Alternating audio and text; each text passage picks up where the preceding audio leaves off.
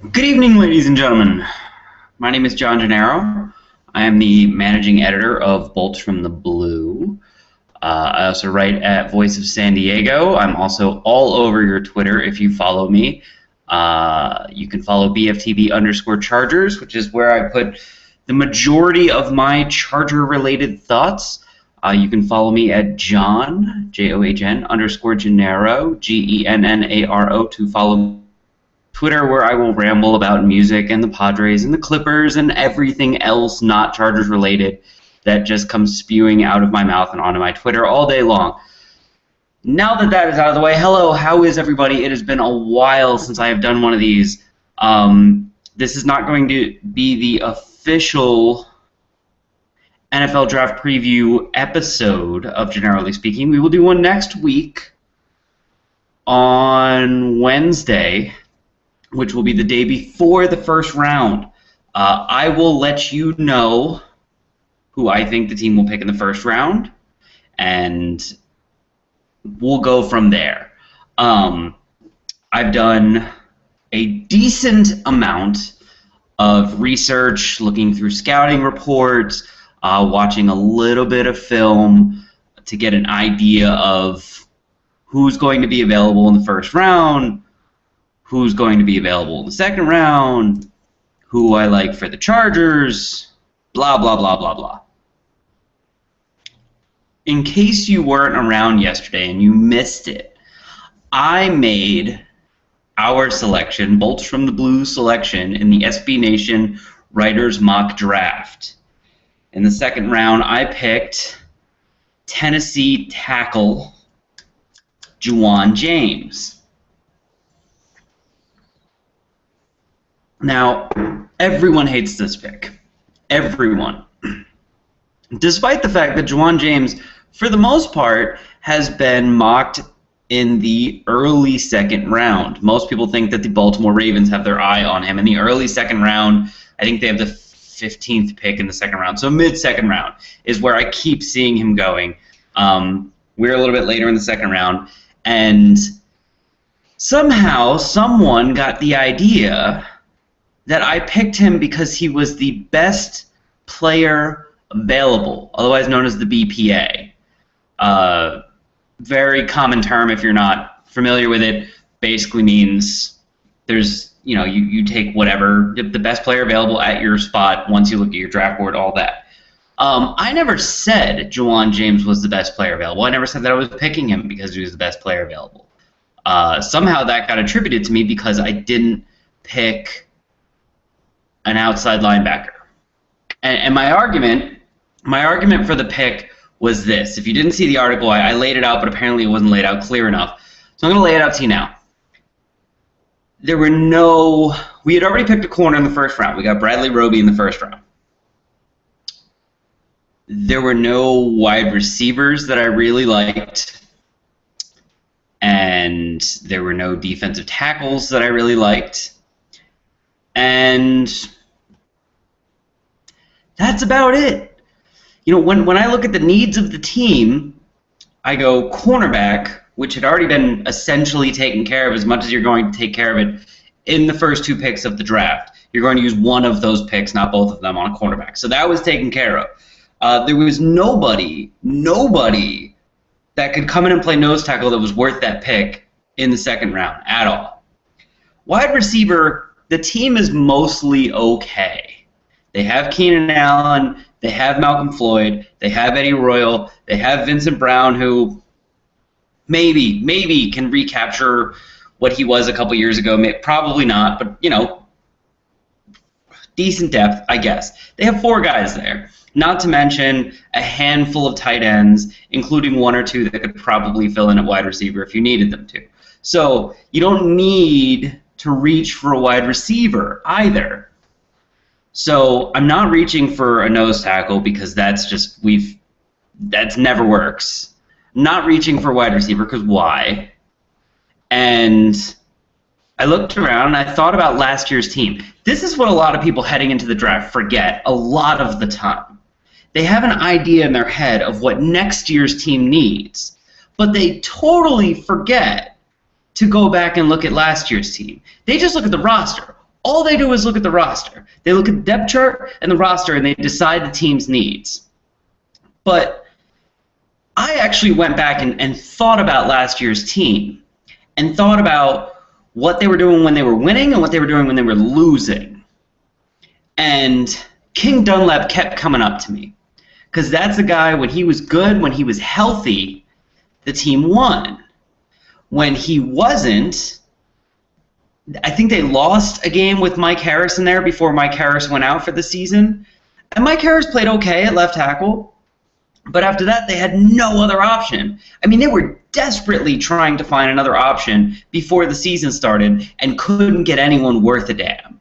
And so they went with Mike Harris because there was no other option. And then once Mike Harris went down, there was really no option. It's not no other option, it was no option. So then every time Dunlap got hit with a concussion, and if you recall, there was at least one point in the season where they were thinking about, and fans were encouraging them to shut Dunlap down because of the amount of concussions we thought he had received in a short period of time. Now, the team eventually said that the last one that they thought might have been a concussion turned out to be a neck strain. But it took them about 2 weeks to figure that out, which tells me his head was not exactly right either. So, if we're worried about King Dunlap staying healthy, which we were anyway, and adding the concussions, now we're doubly worried, and you were trying to replace Mike Harris last year anyway, and DJ Fluker plays well on the right side, not very good on the left side, Jeremy Clary, obviously not an option on the left side, and King Dunlap is a free agent after this season. So is Jeremy Clary. I believe Mike Harris might be as well. So why not get yourself some depth there and get a project? Someone that a year from now, if things fall apart with King Dunlap and he goes and signs someone else, you have a guy that can start there and play well. Now, the argument is Juwan James played right tackle in college. I understand that. I was fully ready to take their left tackle, Antonio Richardson, whatever his name was, fully ready to take him until I looked at a bunch of scouting reports. And the scouting reports left me to check out some game film, and I'm not a scout, nowhere near it. But what I saw in Juwan James is a big tackle who's light on his feet. And every time I look at left tackles, that's what I see. Big guy, light on their feet. DJ Fluker, big guy, light on his feet? No. Bull, yes. Huge, yes. Strong, yes. Absolutely. Everything you want in a right tackle. Not light on his feet. King Dunlap, absolutely light on his feet. Marcus McNeil was a freaking ballerina on his feet. And that's what I saw in Juwan James, and that's what all the scouting reports say. The kid has the potential to play left tackle better than Antonio Richardson does. Just because he was playing right tackle doesn't mean that that's where his potential is. Doesn't mean he should be a right tackle. It means that's where the coaches decided to play him. Maybe he's not ready for left tackle. Not beefy enough yet. Fine. But if I'm going to draft someone with the idea of creating depth this year and possibly starting him next year, am I going to pick the guy who's more ready but has the lower ceiling, or am I going to pick the guy who's probably a year away with some NFL coaching and an NFL workout plan but has the higher ceiling and could potentially be a very good starting left tackle? Of course I'm going to go with the second guy, and that's what I did. Now, as for the only argument, the only almost legitimate argument against my pick is that there was some okay pass rushers on the board. There was some pretty good pass rushers on the board. Now, the group that wanted me to take the pass rusher in the second round are also the group that wanted me to take a pass rusher in the first round. They are the you can never have enough pass rush group. You know what? You can. You can have enough pass rush. It is possible. Because right now, the starting outside linebackers for the San Diego Chargers are Melvin Ingram and Jarrett Johnson, with Dwight Freeney coming off the bench in passing situations to supplant Jarrett Johnson. Tariq Williams, still here, project, potential pass rusher in the form of Dwight Freeney, where he's very one-dimensional, but he can do that one dimension very well. Larry English. You know, before he gets hurt, the last 3 years, everyone continues to forget this. The last 2 or 3 years, before he gets hurt, Larry's not bad. He's not great. You would not want him as a starter. But as far as backup outside linebackers go, he's pretty good against the run, not terrible against the pass, makes some plays here and there. Coverage is but as far as backup outside linebackers go, he's not bad. And you know what? In the final year of his contract, pretty friggin' cheap. Not saying he's rookie cheap, but he's close. So, in my mind, that's at least 4 guys right there, and Thomas Kaiser if he stays. 5. So you draft a guy, and now you have to cut Larry English, and you have to. Okay, let's assume you're going to draft a guy, and he's going to be the 4th outside linebacker. Okay, so now you have to cut Kaiser and push down English, or because English is more expensive than Kaiser, you cut English and keep Kaiser. Either way, I'm not saying you're cutting a player who's better than the guy you're bringing in, but you're cutting a guy who could possibly be a better value. Like those guys that are 4th and 5th on the depth chart, you don't really need them to be great. What you need them to be is good values. That's how a roster shapes up as far as salaries go, is the guys that are backups need to be good values. They need to be cheap and effective. Not necessarily starting player good or talented, just cheap and effective, and they don't make mistakes. And that's kind of what those guys are. So I understand that it's probably Jared Johnson's last year. I understand it's probably Dwight Freeney's last year. Definitely Larry English's last year with the team. Thomas Kaiser, if he's on the team, probably isn't on the team next year. I understand that next year the team will be looking for a starting outside linebacker. I also understand that there is free agency and a draft between now and the start of the 2015 season, not to mention injuries and a whole bunch of other madness. Tariq Williams could turn into Antoine Barnes, and then we're fine. So the idea of using a second-round draft pick on a position where the guy's not really going to affect the game in any way, and you're doing it for depth next year, I get it, because that's what I did with Juwan James, right? But here's my point.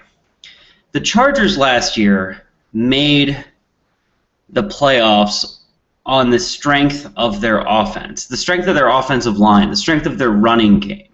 That stretch where they won the last 5-6 games of the year, that was because King Dunlap was healthy for 5-6 games, the last 5-6 games of the year, and Ryan Matthews went crazy, and Danny Woodhead and they won the game by running and running and running and running and running and running and winning the battle at the line of scrimmage, at least on the offensive side of the ball, and keeping their defense off the field and keeping their defense fresh. You could make the argument of, well, the defense is bad, so it needs all the help it could get. I think that when you have an offense that's up here and you have a defense that's down here, if you spend all of your picks and all of your drafting and all of your free agency on defense, you bring your defense up to here. But in the meantime, your offense starts to go like this. And then you end up a very mediocre team. See, I would much rather keep it like this and try and work on the defense the easiest way possible. You know, give them the cornerback and hope that Manti Te'o is better when he's healthy, hope that Freeney and Johnson can stay healthy, find some sort of solution to nose tackle, but it's not going to be there in the second round, and hope that Jaleel Addae is a little less crazy in his second year. And the defense, for what it's worth, the defense played fine in the final month of the season. As soon as Melvin Ingram came back, the defense played fine. The defense won the game against the Bengals. I mean, you could argue that Andy Dalton won it, but Andy Dalton had to be intercepted by somebody. The defense won the Thursday night game against the Broncos. It's not like these were 40 to 35 games. These were 25 to 20 games. So, in my mind, the defense is okay. And when the team really fell apart last year was when the whole offensive line was just a mess. And to me, the lifeblood of this entire team, and I think it was obvious when they went out and their biggest free agent signing was Donald Brown, I think the lifeblood of this team is the offensive line, protecting Phillip Rivers, generating a running attack, a three-headed now running attack. So you can build up the defense all you want. If the lifeblood of the team is taken away, if the lifeblood of the team is the offensive line, and you once again have DJ Fluker playing left tackle, and Jeremy Clary sliding over to right tackle, and Johnny Troutman sliding in as a starter even though he's usually on the bench, you're screwing yourself. You're making yourself a mediocre team. I said this when Telesco signed Donald Brown. I thought where A.J. Smith really failed as a GM was he was constantly trying to plug holes. And just every hole he plugged, it seemed like another one popped back up. The defensive line got really injured one year, so then he went out and he got a whole bunch of defensive linemen. And then the wide receivers started getting injured. And then he went and got a whole bunch of wide receivers. And then the cornerbacks couldn't get healthy. And so, in my mind, you can't do that. You can't win a Super Bowl or be a championship contender by plugging holes. You have to dictate your game to the opponent. And I think the only way to do that is take your strength, which right now for the Chargers is their offensive line and their running game, and build on it. And that's what the Juwan James pick was. Anyway, that was 17 minutes wasted. I'm sure you guys have been chatting away the whole time. I'm going to take a sip from my beer, and how would I address the nose tackle position? Lightning and Thunder is getting draft burnout. You want to know why I'm not getting draft burnout? Because I haven't really even thought about or talked about the draft until this week. And I'm even keeping it at like this level where if it gets too deep and I'm getting too into it and I find myself looking through stuff for like an hour, I'm like, Because next week, Sunday, Monday, Tuesday, Wednesday, I'm going to be coming home from work and just tearing through it. So, yes, it is seriously hot out. Thank you, Santa Ana Wins. Don't fret about taking a nose tackle in the second because it's not a position worth drafting there. I agree. Really, nose tackles, if you look at it. Richard, I don't know if Richard ever actually did this post. He was working on a post. I feel like it never actually got put together. But he was working on a post where he went back through all of the nose tackles that were successful in the last 10 years, ones that had made Pro Bowls and what have you, and found that like 90% of them, I think it was like 95% of them, had either been drafted in the first round or undrafted, and there was nothing in between. So, do what you can with that one. We still have Kwame Gaithers, right? I think. Yeah, we got rid of the other guy, right? Gaithers is still around. Who is your personal favorite player at each position of need you would like the Chargers to draft? I mean, the best player at each position. I'm totally in love with Kelvin Benjamin and am really enjoying the fact that he's probably going to be there at 25 and would not be upset if the Chargers took him. Justin Gilbert is my favorite cornerback. Nose tackle. I know Kyle has talked me into hating Louis Nix, although Kyle hates all of the nose tackles. He really does. I'm not a huge fan of any of them either.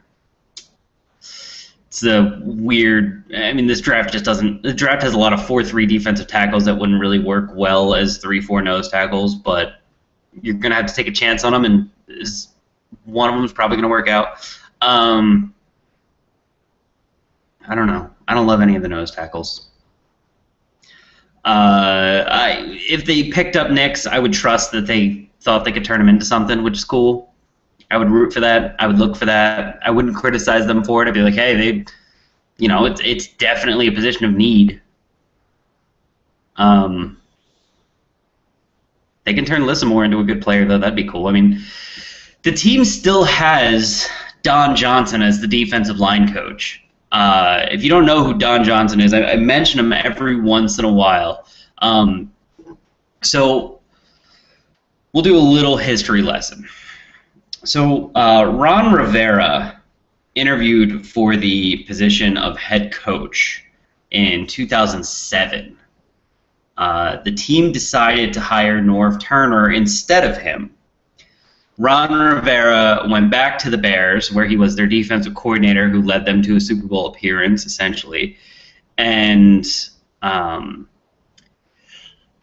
the way it's been told, he was informed that the Bears did not really appreciate the fact that he was out there looking for other jobs, and I believe he had even maybe interviewed during their Super Bowl run, like in the playoffs, and he was told that that wasn't really appreciated.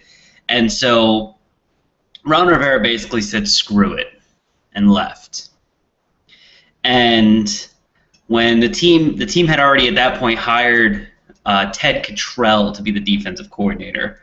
So Ron Rivera took a position as the linebackers coach, and said, and I do believe him when he said this, it could be bullshit, but I do believe him, said that he came because he wanted to learn the 3-4 defense. That his whole career he had spent in the 4-3, but the 3-4 was obviously taking over the NFL, and he wanted to learn about it. Not necessarily like, hey, I'm going to be a 3-4 guy now, but he thought it was important to have balance, to know the 4-3 and the 3-4, and he eventually wound up running a hybrid of it. He still sort of runs a hybrid of it in Carolina. So that was good for him. He accomplished what he said he was going to accomplish. Why was I telling this story? Damn it. Let me go back and look at the question. Oh, Don Johnson.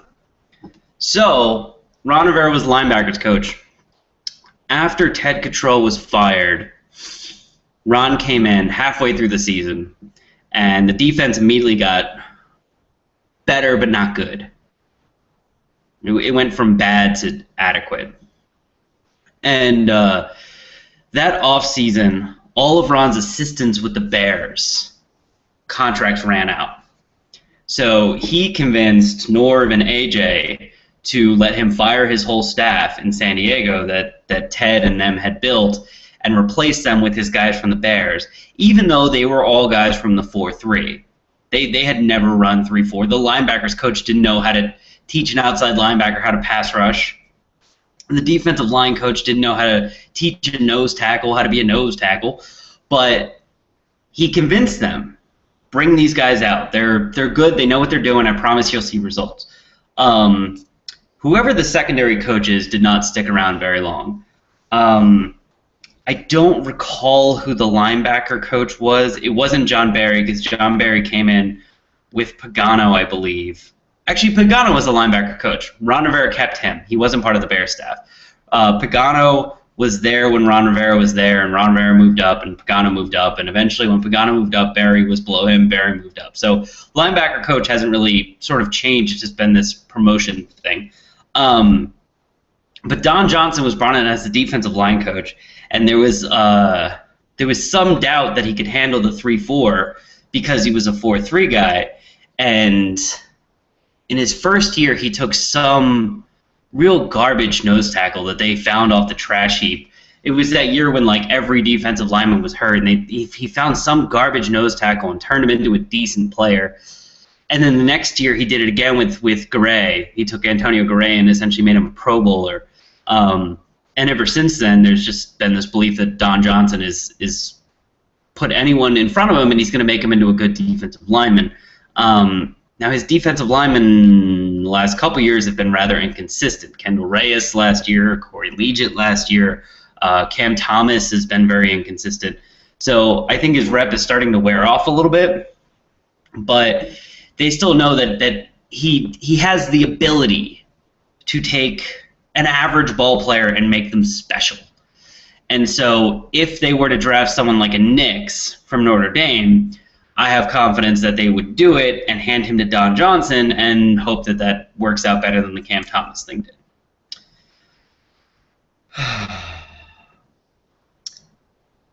See, okay, I like the idea of drafting a Freeney/Johnson replacement now. would be for a guy to be groomed by them before they're gone. Okay. Number one, let me stress this, because it needs to be stressed. As much as you guys think older players are helping younger players, like we have older players, now we're going to insert a younger player, and the older players are going to help the younger players, it almost never works out like that. Almost never.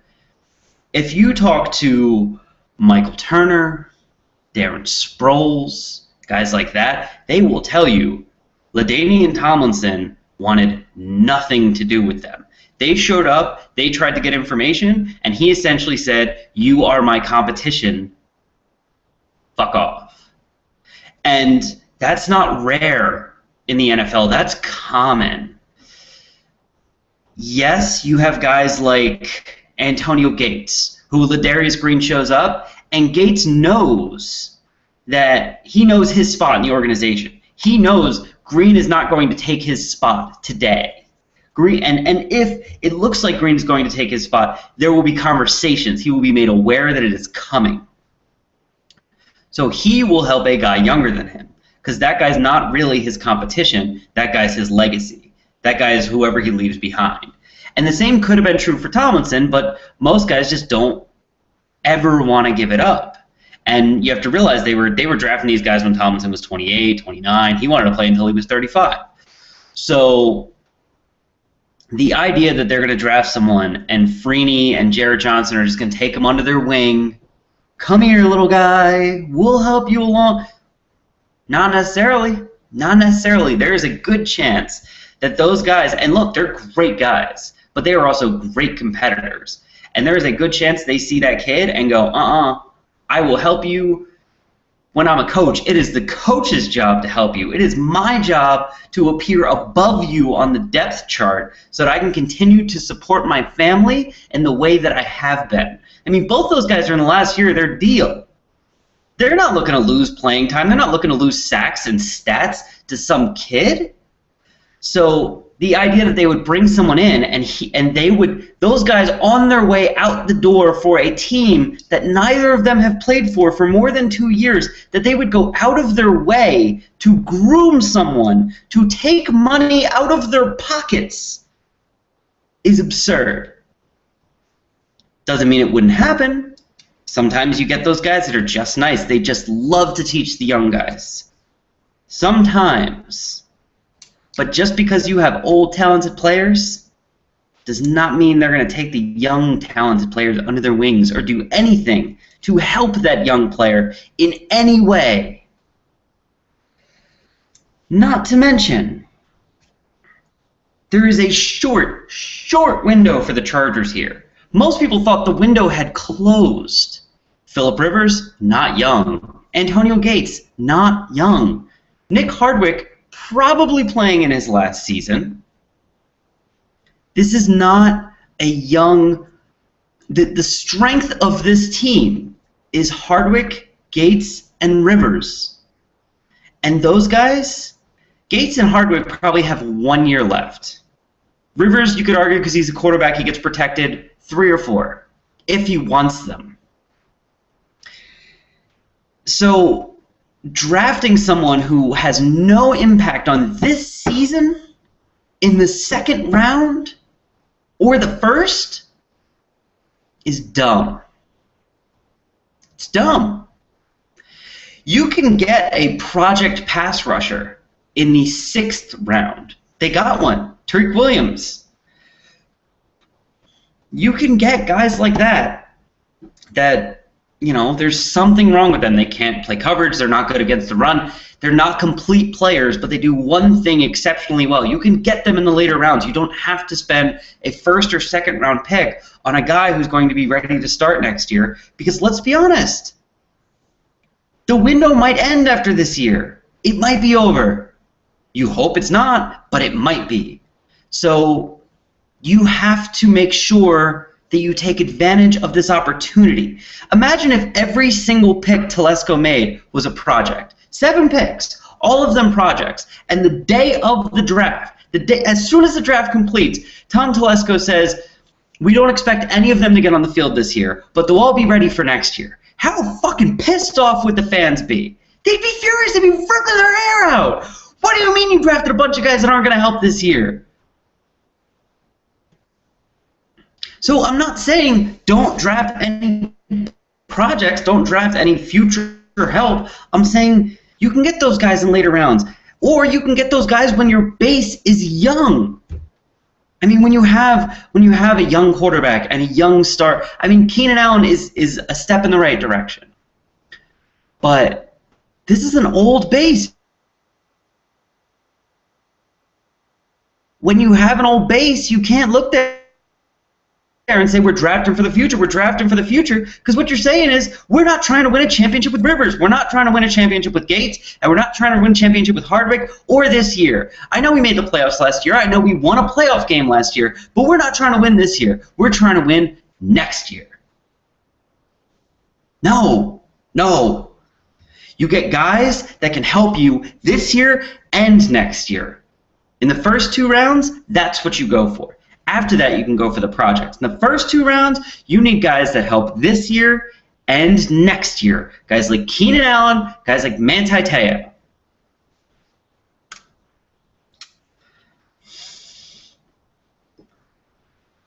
Kelvin fucking Benjamin. All capital letters. That dude is a beast.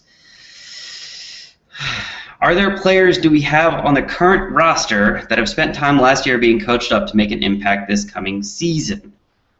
Steve Williams, for sure. Tariq Williams, I've mentioned a few times. Let's see. I mean, I guess to a certain extent, Johnny Troutman.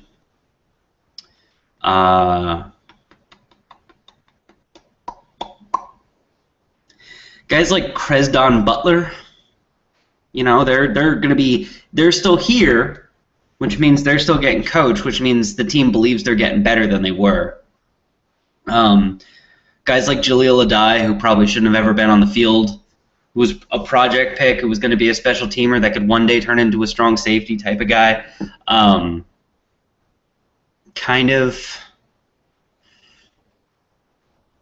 mean, there's not a lot because most of the guys that were drafted last year needed to play right away or got injured because there was no depth.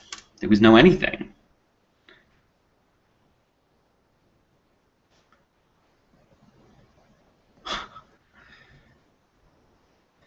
Are we talking about why the Panthers have a way better defense than we did? Panthers draft well and are coached well. Well, had a good draft and are coached well. Okay. Kelvin Benjamin blowing off a workout because he was tired. I'm going to mention an article. I'm sure someone is going to go find it for me and post a link to it. Matt Bowen is a writer for Bleacher Report. Former safety in the NFL, played for the Browns, the Patriots, and like 6 other teams. Matt Bowen wrote about being released and what happens after you get released and before you find your next job. And I got tired reading this article because it was like you wake up in the morning, you get on a plane, you fly from California to Indianapolis. As soon as you get off the plane, they're making you run. They're making you sprint. They're making you jump. They're making you practice against guys. You do this for 3 hours. And they go, okay, thank you. You hop back on a plane. You fly home to California. You get a call the next day. Philadelphia Eagles want to see you. You hop back on a plane. You fly out to Philly. As soon as you get off the plane, you go straight to the field from the airport. You change clothes. You start running. You run, you sprint, you do, and it was just days and days and days of this for weeks. Every day he's flying, and as soon as he gets off the plane, he's straight to the field so he could run and work out against people. And there was no time outside of like sleep at night. He was either in a plane, in an airport, on his way to an airport, or running. So the idea that someone after 2, 3, 4 weeks of getting worked out to 100% effort every day could say, look, I can't do 100% today. My body is wiped. Name any professional sport where you go 100% every day for weeks. Baseball gets days off. Basketball gets days off. Football, you get a week off. Granted, that's with hitting and all of that. So the idea that after 2-3 weeks that, his agent probably overbooked him, overscheduled him. His agent, by the way, says the story is bullshit, it never happened. But when I heard it, I thought it was being reported as fact, and I thought, I don't blame him. If one day he wakes up after 3 straight weeks of running and working out and going crazy, and one day he wakes up and his body's tired, if I work out a couple days in a row, my body's tired. Do it 2-3 weeks in a row, and at that effort for that amount of time with all of that flying and all of that traveling, he goes, I can't give you 100% today. I can't do it, I'm sorry. I don't blame him at all. And there's no point in his NFL career where he's going to be asked to do that. So, I don't know. Not a red flag to me. Maybe a red flag to you, not a red flag to me.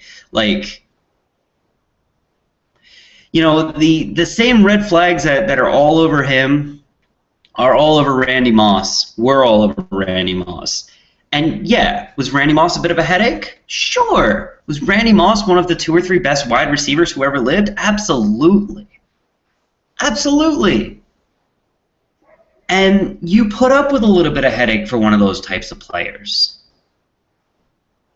I was willing to put up with a little bit of headache for Deshaun Jackson. Hell, teams were willing to put up with a lot for Terrell Owens until his production fell off. So, kid seems fine to me. Seems fine to me. Not to mention, there's always a couple players like this. They're great during the season. They're bulked up. They're ripped. They're having fun. They're knocking dudes over. They're just impressing the shit out of you. And then the off season comes, and they got to do workouts, and they're doing workouts by themselves, and they got to go work out for a team by themselves, and they fall off because there's no team there with them, and it's not fun anymore. When it was a team, and they were doing it as a team, as a part of a family with their friends and their family, it was fun, and they loved doing it, and they loved going to battle, and they loved going to war, and you know what? I want someone that likes the game more than they like practice. I do. Allen Iverson's whole rant where we're talking about practice, man. I love that rant. I love it. Because if you listen to the whole thing, what Allen Iverson is saying is not, I don't give a shit about practice. It's that I care so much about the games, the real games, going to war, that I don't care nearly as much about practice. And I don't really want to talk about it. Because what I want to talk about, what interests me, what gets me fired up, is the game. And you know what? When it comes to practice, do you know what the biggest motivator of practice is? Do you know the guys who practice the hardest? They're the guys that love the game. They're not the guys. Antonio Cromartie, when he would go to practice, you would see him trying to impress people at practice. And then the game showed up, and if he had to take a hit, because it's too much of a risk. But at practice, yeah, you know what? He'll catch a punt return behind his back. He will try and outrun an entire team of his teammates. Why? Because he's trying to impress them and show off his athleticism. Guys like Eric Weddle are covered in sweat, working their balls off, and not really being that impressive, just doing the same thing over and over and over. And when everyone else is packing up and they're going to the locker room, they're doing it again and again and again. Malcolm Floyd is like this too. Just shows up 2 hours early, stays 2 hours late, doesn't really impress you in practice, just outworks everyone. And you know why? It's not because they love practice. It's not because they love working by themselves. It's because they love the game so much and they want to be good at it. And they know that that's how you get good at it. So if Kelvin Benjamin is telling me he doesn't love practice, he doesn't love working out by himself, he loves the game, I am good with that. Could Hardwick replacement be picked this year? Yes. Yeah, and Lightning and Thunder has the same idea that you could pick a guy to be a center, have him be a guard this year, like play right guard or left guard, and next year when Hardwick leaves, you slide him over to center. I mean, if you really think about it, that's what Tyrone Green was supposed to be. Tyrone Green, taken out of Auburn, was like a guard who had played center. And they picked him because they thought Hardwick was gone or done. Either way, because Hardwick couldn't stay healthy. They didn't want to keep him because he couldn't stay healthy. And they got Tyrone Green, and they were like, this is our center of the future, but for now he'll be a guard. And what happened was he was a terrible guard. And then they tried him at tackle for God knows what reason, and he was an awful tackle. And then eventually they just gave up. But, yeah, I mean, that idea is old as time. You know, you have a center who's going out, you pick some, because guard and center, the real difference is you snap the ball. But the more experience you can get on the blocking side of things as a guard, the more relaxed you can be with that side of things as a center, and then you can focus on things like snapping and calling out blitzers. And you can learn on the field in the process. Let's see, who was the center that I really liked? I think you guys mentioned him. You did, Marcus Martin. So Marcus Martin, Kyle's also in love with Marcus Martin, since I know Kyle's opinion is what's super important here. And Marcus Martin is a guy, played center, played guard, plays both very, very well. If the Chargers could land Marcus Martin, in the second round, obviously you go for it. In the first round, yeah, you probably do anyway. So they could get Marcus Martin, and I mean, look, I like Jeremy Clary. If he's going to be here, he's going to be here fine. But in a perfect world, if I'm the GM, I get Marcus Martin, I cut Jeremy Clary, and then Marcus Martin and Johnny Troutman are battling for right guard in training camp, and I'm probably giving it to Martin unless he blows something.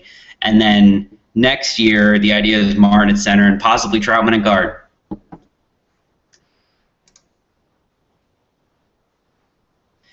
Given his participation in the offseason workouts, do you believe that Malcolm Floyd could possibly make a miraculous comeback and rejoin the team? And if so, what would be reasonable expectations to have for him this year? Number one, if Malcolm comes back, it's not miraculous. I mean, you have to realize that he didn't need to go out for the season. That was entirely preventative. Entirely. Partially because the Chargers medical staff was already under some scrutiny because of the Dealman thing and the David Chow thing in the beginning of the year, or right before the year. And so, but I think the other part of it was they didn't want to fuck around with necks. Like, hey, that's a neck. That's a tall, lanky dude. He got hit in the neck. Let's not fuck around.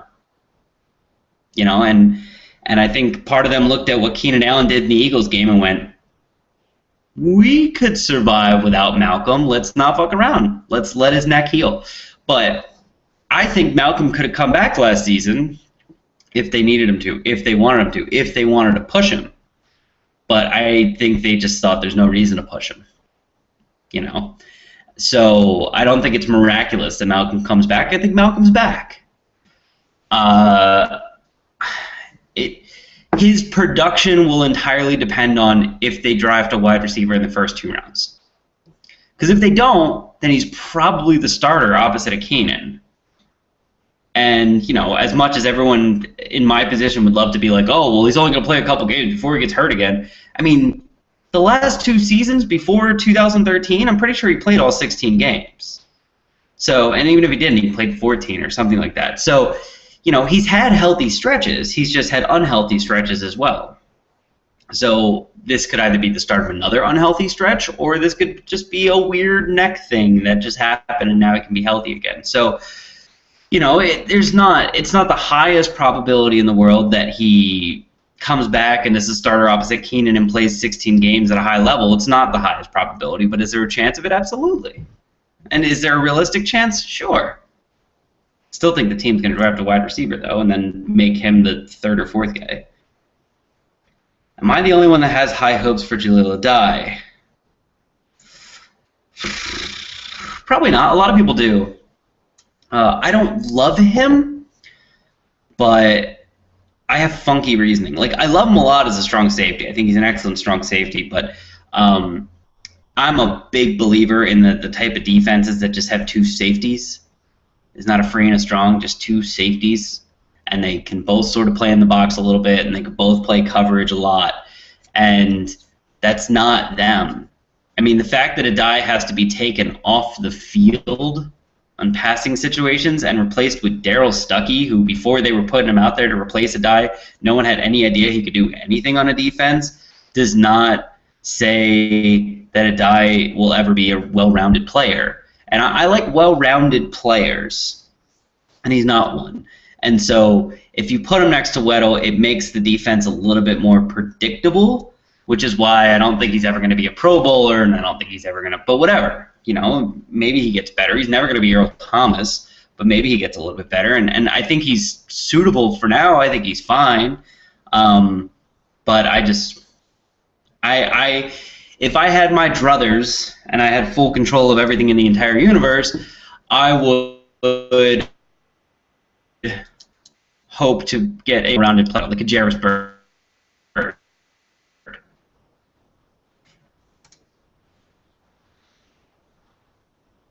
Congrats, John. You make me feel like a dumbass. That's why I like you. Like you too, buddy. Aaron Colvin or Brandon Thomas. You know, I haven't really looked at them because they're hurt. I don't love drafting hurt guys for the same reason that I don't like pass rushers in the second round of this draft. I mean, you draft hurt guys when when the Chargers had 2 first-round draft picks and no needs, they drafted Antonio Cromartie, who was hurt. You know, when A.J. Smith still thought the team didn't have any needs, he drafted Johnny Troutman, who he knew wasn't going to play for a year. So, you know, you can draft hurt players, and they can work out well, but I think it's something a team does when they don't have a lot of needs left. Well, yeah. I mean, that was my whole offensive line rant. With that offensive line rant from earlier, are you comfortable with King, Concussion, Dunlap? I love the King, but I think we need to draft a solid backup left tackle this year. I mean, that was the whole opening 17 minutes was me saying I'm not comfortable with Dunlap and we need to draft a backup left tackle.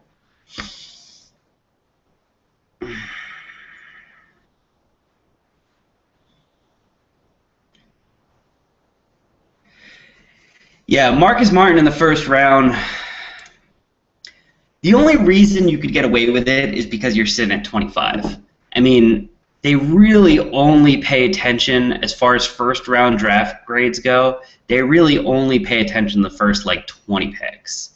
Those last 10, 12 picks of the first round, you can do just about anything. You can grab guys that were supposed to go earlier. You can grab guys that are supposed to be second-rounders and say, you know, the Chargers don't pick again until the end of the second round, close to the end of the second round. So if they grab someone at 25 that has a second-round grade, they can easily get away with saying, look, we tried to move down. We didn't find anyone who wanted to trade with us. This is the guy that we wanted, and we didn't think he was going to be there with our next pick. You can do that. You can totally get away with it, too, if you're sitting at 25. If you're sitting at 16, no, you can't. If you're sitting at 25, you can get away with it. Mikey wants a quick recap. And then I'll touch on Ryan's question, and then we're going to get off the draft for a little while. So whoever was burnt out isn't burnt out. And we'll do that. Okay, so we'll do this. Mikey wants a recap. Okay, number one, I went on a 20-minute rant about why I picked Juwan James in the second round of the SB Nation Writers Mock Draft, which was basically saying why I don't think you draft a pass rusher in the second round or first round if you're Tom Telesco this year. Go back and watch that because it's probably pretty good. As far as what I've talked about since then, I couldn't tell you. I don't remember. I've been rambling. Been drinking too, but not enough. But look, these things get saved. You can watch it again. Would trading back work out? Trade back to early second round, maybe grab Martin, some picks with it. Absolutely. If you can do it, you do it. But you can't guarantee you're going to be able to. Yeah, that's the other thing to think of. If you're drafting a backup left tackle, is you're attaching him to probably the best position coach on the entire team. What was the other question I was looking at? It was one up here. Oh, Mike Harris. I touched on this in the comments of the Juwan James pick, but I liked Mike Harris last year. I think he had an effective 1 or 2 games, but the guy was an undrafted rookie for a reason. His rookie season, he was the worst offensive tackle in the league, and it wasn't close. And in his second year, he had, I think, a good game, maybe game and a half before he was out for the year. So as much as you want that to work out and you want that to be awesome, you can't plan for that. And, you know, there's this saying of, like, you can never have too many something. You know, like I heard someone say today that the Dodgers have a problem with their outfield, and the person that they said it to on sports radio was like, are you nuts? Their problem is that they have too many good outfielders. That's not a problem. That is the best problem anyone could ever have. So if the Chargers draft a backup left tackle and he works out well, and Mike Harris shows that he can be the guy that we saw for a game and a half last year, and he isn't the guy we saw for a full season before that, that somehow he grew into a very good offensive tackle, then the team has a lot of offensive tackles, which is not a problem at all. Especially when Fluker, you know, there's plenty of people saying that Fluker would be an even better guard than he is a tackle. I mean, you can make it work. But having too many good offensive tackles is not a problem. I would very easily carry 4 offensive tackles on my roster without blinking an eye. Okay. Yeah, let's switch. I only got about 10 minutes left. Okay, Donald Sterling is a longer topic than 10 minutes. If you haven't read my thing that I wrote on Voice of San Diego, which I believe is called Here's Why You Should Continue Rooting for the Clippers, I wrote it before his lifetime ban. It's still absolutely true. I hope the Clippers win the championship so that people continue to talk about Donald Sterling, because at this point, we're not going to be able to affect him financially. We're just not. Taking the team away from him is great, but the single best weapon the public has against this man, who is obviously a bad person, is to keep his name in the media so that people with horrible stories about him, that know horrible things about him, continue to come out and tell those horrible stories, and that people are interested enough to circulate them. This needs to be a war of the media on Donald Sterling, which I don't call for very often, but I, a Clippers fan, admittedly, have switched from rooting for the team for my own interest to rooting for the team so that it continues to haunt Donald Sterling. Because at this point, you're not going to hurt him financially. And if you're helping him financially because his team's doing successful in the playoffs, who cares? He has so much money that you're not going to be able to take away any to affect it, and you're not going to be able to add enough to really make him all that much more happier. So let's just keep winning. And by the time the finals come around, let's have the whole finals revolve around the Clippers as a team hating their owner, asking their owner to leave, telling the NBA to kick their owner out. Let's hear all of the stories. Maybe by the time the finals come around, the NBA can have all of the owners come out publicly and say that they will be voting to kick him out, so the team can head into the finals knowing he will be shamed, he will be dragged through the mud, and he will be kicked out as soon as humanly possible. Like, just, that's what I want for Donald Sterling. That's my quick Donald Sterling thing. Padres. Let's talk about Padres, because that kept coming up. By the way, the people who are getting tired of the Donald Sterling story, I keep seeing this. People are like, stop talking about Donald Sterling. We've heard it all. It's a really, really good story. Like, not just in terms of importance, although it's important. It's a good story. Even if you're not an NBA fan, I mean, yesterday, almost all of the NBA teams changed their website to say "We Are One." Other teams and other leagues did it. NFL teams did it. MLB teams did it. Hockey teams did it. Colleges did it. The story isn't just Donald Sterling's a racist. It's not. That's a big part of the story. That's the part everyone's talking about. There's a good part to the story. There's a really great part to the story, which is everyone coming together. I mean, I don't know if you heard this or not, but all of the NBA teams decided yesterday that if Donald Sterling did not get a lifetime ban, they were going to come out for their games, and as soon as the ball was tipped off, they were all going to walk off the court. Fuck the TV deals. Fuck the advertisers. You're not getting us until you treat us like human beings. And the great part of the story isn't the fight between black and white, and it's not the fight between the world and Donald Sterling, and it's not the racism part. The good part of the story is the league, a league, coming together in a way that I don't think I've ever seen a league come together before.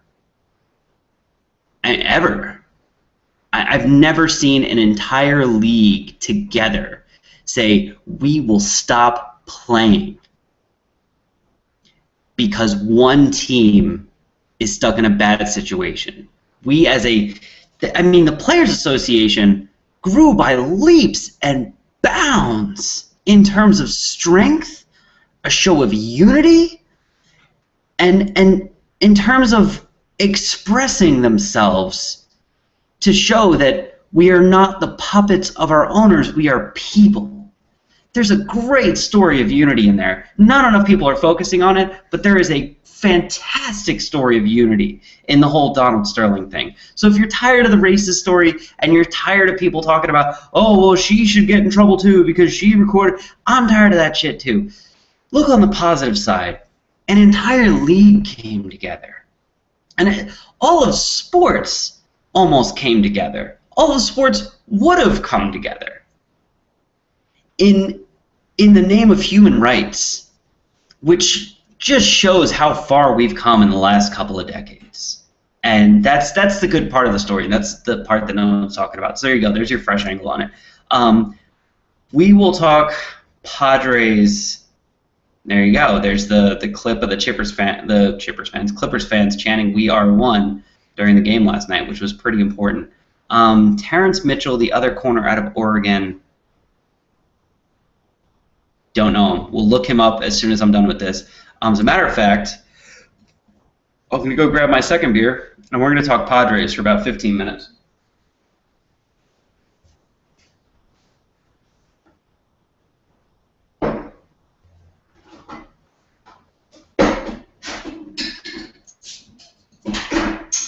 All right, everyone's still here? Cool, cool, cool. Everyone is still here. Cool, I was worried, because, like, 2 minutes before this was going to kick off, usually I start the thread, the post, a good 30, 40, 60 minutes before we actually go live, and this thing tells me I have a little button that says go live, but up until that moment, everything's the same for me. There's just a little button that says go live that's not clicked yet, and it tells me how many people are watching the video, even when you're not seeing me, because I haven't hit the go live video. I see how many people have like clicked play and are sitting there waiting for the video to start. Normally we have 10 or 15 people that are waiting, and then once the video starts, the number grows and grows and grows.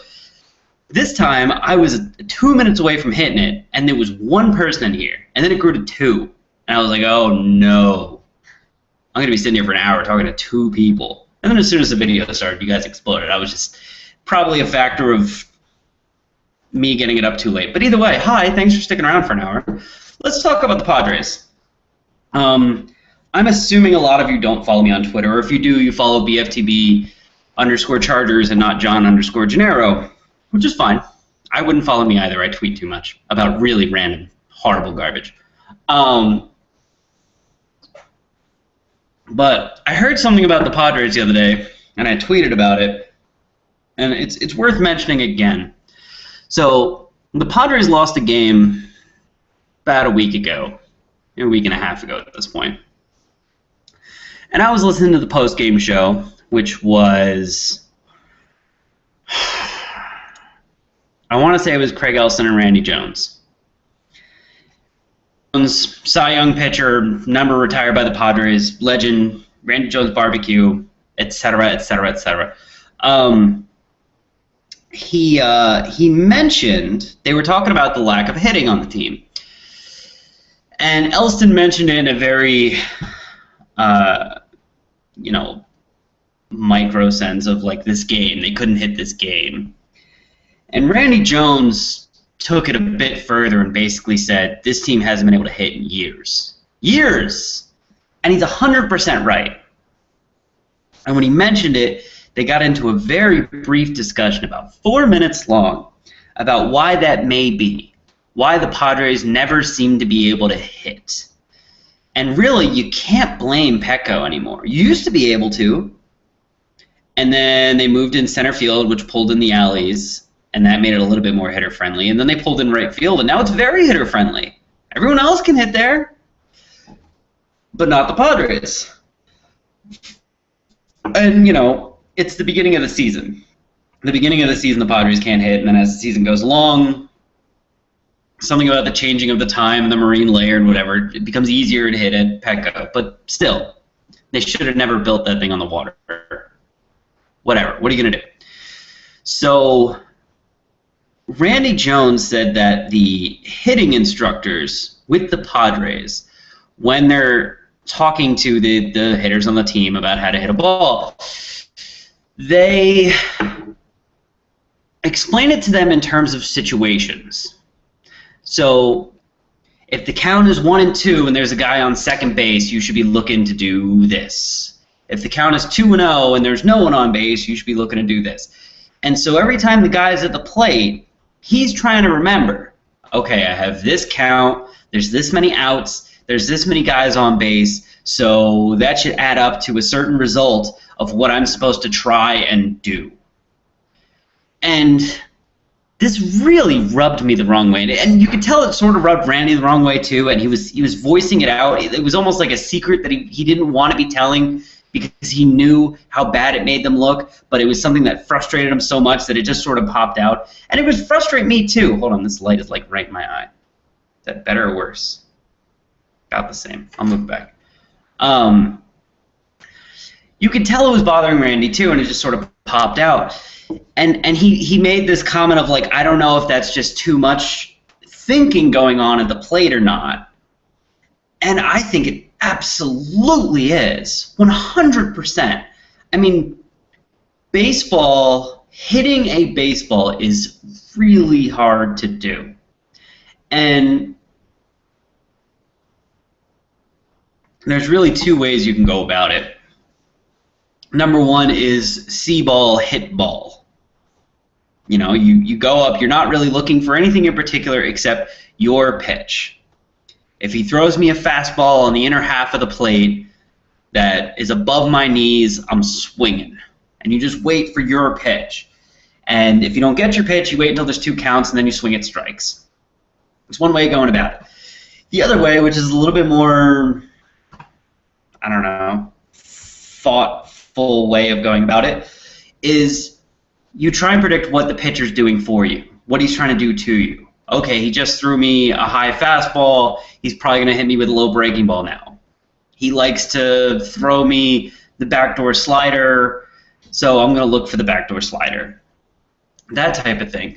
But the Padres have taken it a step further. Oh, he likes to throw you the backdoor slider, so you should be looking for the backdoor slider, but if the count is 1-1 and there's one guy out and there's a guy on second base, what you should be trying to do with that backdoor slider is hitting it the other way. Like, there's so much going on in these players' heads, and I feel like they would get a better result by just telling everyone, hit. Just hit. Don't worry about the situation. Look for your pitch and hit it. Because we've seen many baseball players, many hitters, many legendary hitters get up there and their whole philosophy is see ball, hit ball. My job is to look for a pitch I can hit and hit it. And Buddy Black is a pitcher. He's the only manager in the entire league who's an ex-pitcher. The only one. And I don't think there's many before him. And he was a pitcher for most of his career in the American League, if not his entire career. So he doesn't know about hitting. And to have a philosophical idea like that throughout the entire organization, which is what Randy said it was, sounds like something a pitcher would come up with, because when a pitcher is throwing a pitch, it's this is the situation, this is how many outs are, this is how many people are on base, so this is what I'm trying to do. And there's a lot of thought that goes into every single pitch, because let's be honest, throwing the pitch is easier than hitting the pitch. You're not necessarily going to throw it for a strike, but throwing it is easier than hitting it. So, which is why, as far as throwing your pitch and throwing it accurately and all of that, the good pitchers on a good day have a 100% success rate. The bad pitchers on a bad day have a 70% success rate. That's the opposite of hitting. Hitting a 30% success rate is a good day. It's a good career. So I think it's a pitcher's philosophy being used for hitters, and I don't think it works. And I think they need to have a hitter's philosophy. I think they need to focus on hitting. Guy has a problem with his swing, fine, you fix the problem with his swing. Get out of his head. Let him do whatever the hell he wants in his own head, as long as he's hitting the ball. Anyway, I think that's why the Padres can't hit. I think that's why Buddy Black has been here since 2006 and never been in the playoffs, and his teams have never hit. Even when he's come close to the playoffs, it's been on insane pitching years and never really had anything to do with hitting. His teams could never hit. Bochy's teams could kind of hit every now and then when he had the talent. Buddy's teams have never, ever hit. And they've gone through hitting coach after hitting coach after hitting coach, and it wasn't working, so now they just stuck with a guy. I forget who they have. Whoever the hitting coach is now, he's been there for 3 years. And Phil Plantier, is that who it is? And I feel like there's, at a managerial level, there's a problem with the hitting philosophy of the team. It's too complicated. No one seems to... Thank you, person complimenting how I look in any light. I hope you are a female. Yeah, as far as why are they so blind to this, I think, look, a lot of competitors will tell you that, confidence is about 80% of it. Hell, in life, confidence is about 80% of the game. If you are a generally confident person, you will get the guy or girl, you will likely get the job that you want, you will likely get the raise that you want and the promotion that you want one day. As long as you're not a complete asshole or totally stupid, chances are confidence will get you a really long way. And when it comes to competitors, you have to go into the competition believing I'm better than you. I will beat you because I am better than you. And when it comes to coaches, they're the same way. They're competitors and they're confident competitors.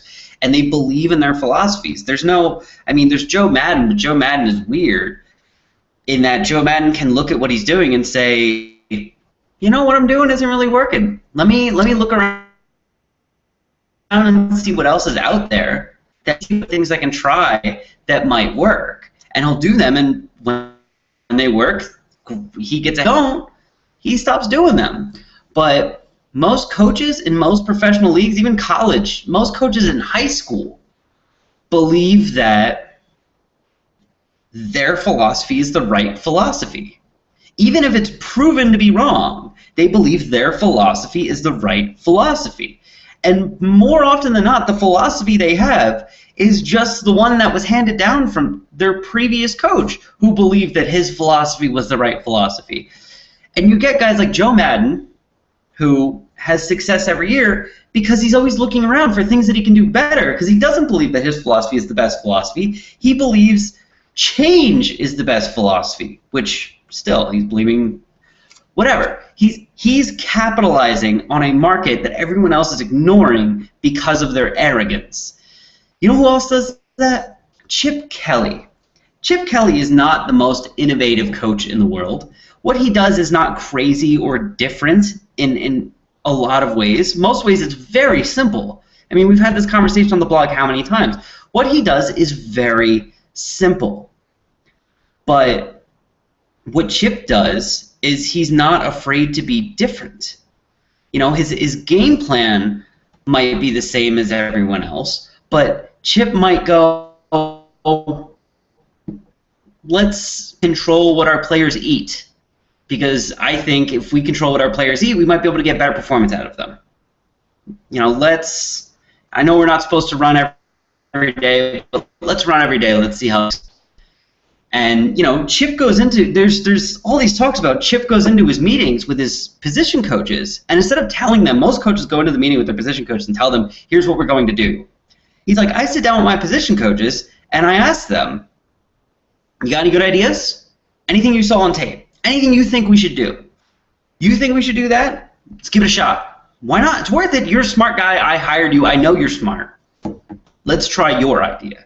And so most of the time, when it comes to coaching, egos get in the way of any sort of change and any sort of evolution. And I wouldn't be surprised if the fact that it hasn't changed is just Buddy's ego, and Buddy saying, what I do is right. You know, he won 2010 Manager of the Year without even making the playoffs. And he's probably sitting there going, my way is the right way. Look, I have Coach of the Year, Manager of the Year. My way is the right way. Anyway, looks like people are starting to check out. I'm starting to get a little bored. So we're going to wrap this up for tonight. But, like I said, we're going to do this Wednesday, which is, let's see, tomorrow's 1st, 2nd, 3rd, 4th, 5th, 6th, 7th? That sound right? Does sound right. So, May 7th. A week from today. I'm not even going to bother to look it up. A week from today. Probably the same time. Probably at 7 o'clock. I'll let you know a day in advance, or a few hours in advance, and half an hour in advance. However I do it. There will be a full hour, possibly hour and a half of nonstop draft talk. I will tell you who I want the Chargers to pick in the first round, and I will actually lay out several different scenarios. If this guy's available, he's who I want. I'll make a John Gennaro big board. How about that? Mel Kiper has his big board. I'll have a big board. But until then, all of you people who are still around watching me just say goodbye, thank you for sticking around. You can follow me on Twitter. You can visit the blog. And I will see you guys next week.